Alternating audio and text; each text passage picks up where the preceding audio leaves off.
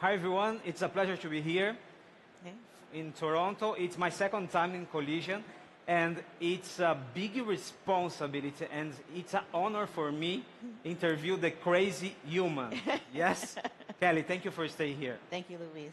Why Excited. crazy human? Yes, I watched the interview for the LinkedIn CEO, Yes. and why crazy human?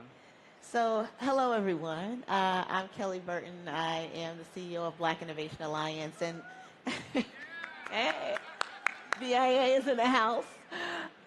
Which fans? Yes, yes. Luis is referring to an interview that I had with the CEO of LinkedIn. And he asked me, why do I keep coming back? I'm a person who my entire career has been an entrepreneur, and you have to be persistent and resilient. And he said, why do you keep coming back? And I said, because I'm crazy. And if you're an entrepreneur, it requires you to be a little crazy because you have to keep kind of coming back over and over and over again, regardless of the outcome. So Right. that's the crazy Every part. entrepreneur was a Yeah. was a little crazy. It is very You have important. to be a little crazy if you're going to be an entrepreneur. Yes. Before we start to talk about innovation with purpose, I want give it to us a short presentation, not just about your career, but about the Black Innovation Alliance. Right? Sure. What are you talking about? Black Innovation Alliance is a national coalition of organizations and leaders like the folks that we have in this front row, and they support black business owners, tech founders, and creative technologists. There are currently 116 organizations that are a part of BIA. They're in greater than 36 cities across the United States and support about 400,000 entrepreneurs and innovators of color. So at BIA, our work is really about creating the sort of ecosystem that is necessary for black innovators and entrepreneurs to thrive. And so that involves work across an array of areas, including research. We've launched several research projects. We also are engaged in advocacy and policy work. We helped Congress launch a congressional caucus on black innovation, and we recently announced a partnership with the White House that's really about directing resources to the black-serving organizations that are hard at work in communities across the country. Kelly, I'm from Brazil. In my country, 56% of our population is black, but just 20% of our founders are black. Yeah. So the challenge is very big around the world. Yes. And not just about black people, but transgender, a lot of included people. So before we start to talk about innovation with purpose, innovation, this word, every time you talk about innovation, what the sense of this word when we talk about companies, business, innovation? So innovation for me, and I'm curious to hear how you think about it, but it's about not only bringing something new, but having the strategic guidance and direction to get people to adopt a new thing. Because if you can't get folks behind it, if you can't get energy behind your innovation, then it's just another idea. So what do you think? How would you describe innovation? Innovation for me, we can't forget the human. Yeah. Because when we talk about innovation, we think a lot about technology, new way to make the same things, but the human, we can't forget this innovation for me. Well, I think that's one of the things that separates us from our fellow animals and beasts of the earth is that we have the ability to build on knowledge. So when you think about, I don't know, like a cow or a beaver, a lot of what they need in order to sustain is transferred in their DNA and what they learn and they pick up. But I would imagine a beaver 1,000 years ago operated very similarly to a beaver today. And what makes human beings separate and distinct is that we're able to build on knowledge and build on knowledge from generation to generation, which is why the average individual's lived experience is very different today than it was 100 or 1,000 years ago, and that's because of innovation. Yes. When we put purpose in this conversation, it's a not big subject, it's a hype, innovation with purpose. What is purpose? Because for some companies, purpose it's about ESG, Yeah. or just it's about a new business, but make business in another way. But what is purpose when we talk in the business perspective? Well, for us at Black Innovation Alliance, we're a social impact organization. And our mission is to increase access to the innovation economy for black folks. Because of our shared experience with colonization and slavery, particularly in the New World, we see that there is rife disparity kind of across all areas of life, especially for African Americans. And so for us, we are intent on ensuring that black people do not miss yet another industrial revolution. So our mission and our purpose is about ensuring that black folks can maximize their potential in this current technological age. It's a lot easier for us to tap into purpose than probably a for-profit business. Often for-profit businesses are doing things to derive profits in ways that at times operate across purposes with our environment, with our kind of collective experience as a human race. And so sometimes for-profits struggle with that a little more than we do as a social impact organization, because our mission is very much tied to our purpose, which for many black folks is just to improve the experience for black people, because when we know when black people's lives are made better, everyone else is made better as a result of it.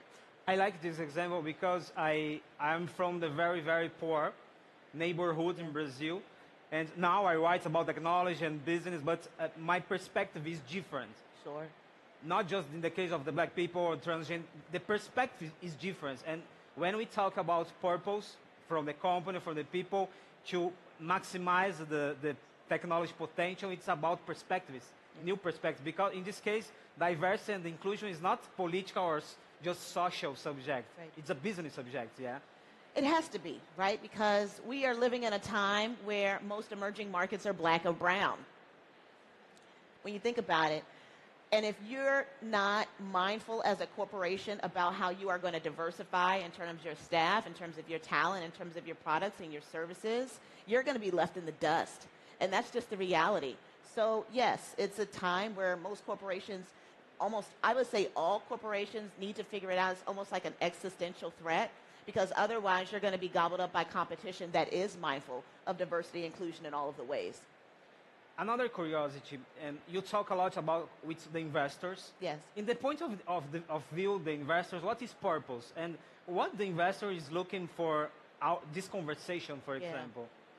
You know, I don't know. That's a hard nut to crack. For us in the United States, most investment capital is centered in Silicon Valley. The top 3 markets in the United States are Silicon Valley, and then Chicago, and then New York. But Silicon Valley has been largely resistant to changing their ways when it comes to how they invest in black and brown businesses. Less than 1% of venture funding goes to black-led startups, despite all of the data that we have that diverse-led startups outperform non-diverse-led startups. Even that economic imperative is not strong enough to get investors to shift and change their behavior.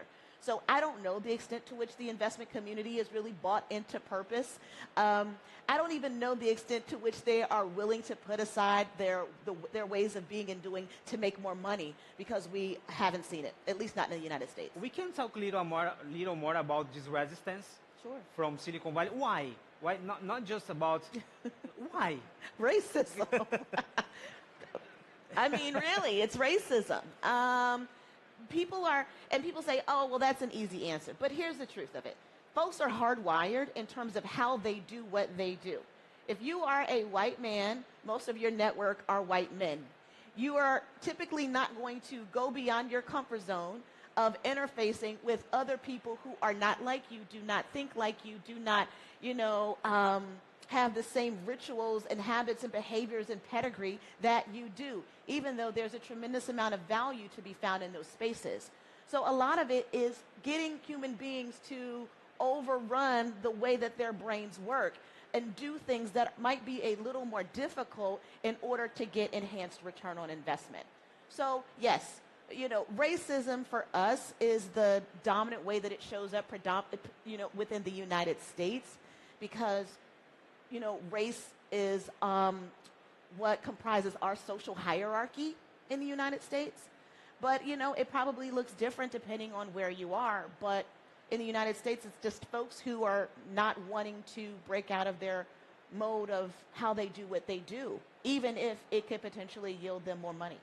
We live the same in Brazil. Racism, it's difficult to you keep around. Sure. Innovation with purpose. So this is a very, very complicated barrier. And now we can talk a little about technology, balance between technology and human skills. How do you see this? I started the conversation talking about human technology and human. What do you see? Well, it's interesting because innovation for us is the umbrella at Black Innovation Alliance. We get to talk about all sorts of things, whether it's tech representation or privacy or supplier diversity. So I personally see technology as a vehicle to innovate, digital technology as a means by which we innovate. And it's kind of value agnostic. If you have people who are building the technology and they hold a certain set of values, that technology is going to behave a certain sort of a way. If you have people that hold a different set of values, then that technology is going to behave a certain kind of a way.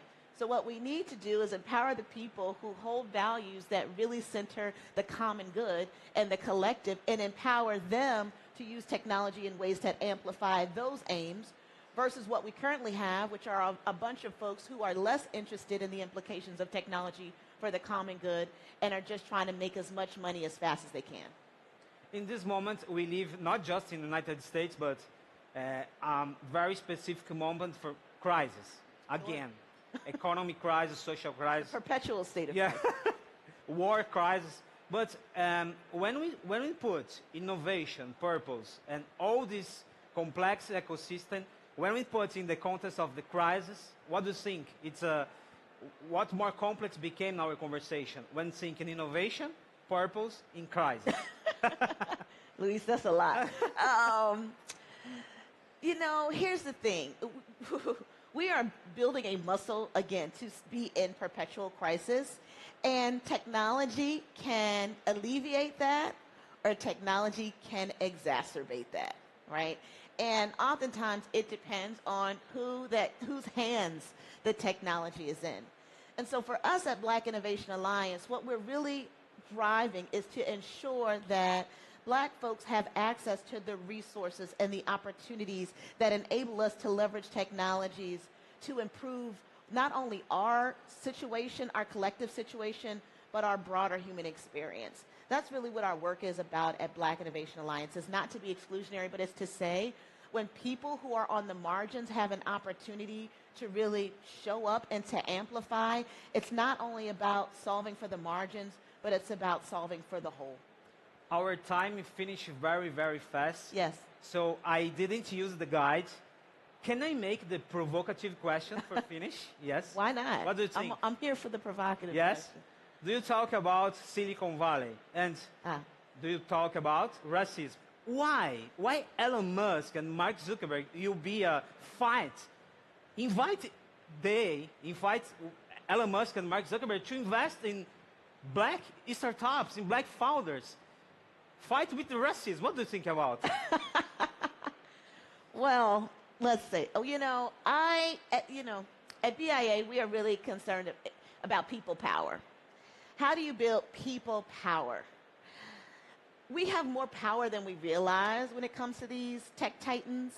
I think about Twitter and how much valuation they've lost in the last year because people have just opted out and said, I'm not interested in contributing to a platform that is led by somebody who behaves in the ways that Elon Musk behaves. And so we don't really know the future of Twitter, but we've just seen it kind of come undone in front of our eyes because people said, you know what? I'm going to shift my behavior. I'm going to find a different platform. I'm going to be less engaged on this platform because I don't like how you show up in the world. And I think that that is a practice that we as consumers really need to explore more and a muscle that we need to build, that when folks who have a tremendous amount of power behave badly, that we use our collective power to shut them down and to say it's no more. It's no longer acceptable. So that's my general take on the Elon Musks of the world. Thank you, Bruce. This is my friend. He's in the front row. He's not. Kelly, we have a lot of investors here. Yes. And what is your final message for the investors when we think about break these barriers? Yeah. Okay, what is your final message? There is money to be made in communities of color. There's opportunity to be found in communities of color. Take it an additional step. You're not going to get a diverse pipeline by doing the same old, same old. You're not going to get a diverse pipeline by reaching out to your friend who might have one black friend or one female founder in their network. Like, you do the hard work, partner with organizations like Black Innovation Alliance, collaborate, put some money into it. I talk to all sorts of investors that say, we're not paying for deal flow. Well, you're going to continue to get the same deal flow. It's an investment. You have to sometimes make an investment before you make the investment to get the sort of investments that's going to deliver the yield that, that you seek. And so that would be my recommendation. Partner with organizations like BIA. Work a little harder to get outside of your comfort zone and get outside of your network, because there's all sorts of opportunity that lies beyond your box. Kelly, do you like our conversation? I love our conversation. Yes. Thank you so much for being this crazy human. Crazy this human. Crazy, that's the right, crazy business entrepreneur. words. Okay? Thank you, Louise. Guys, clap your hands for Kelly. Thank you. Thank you.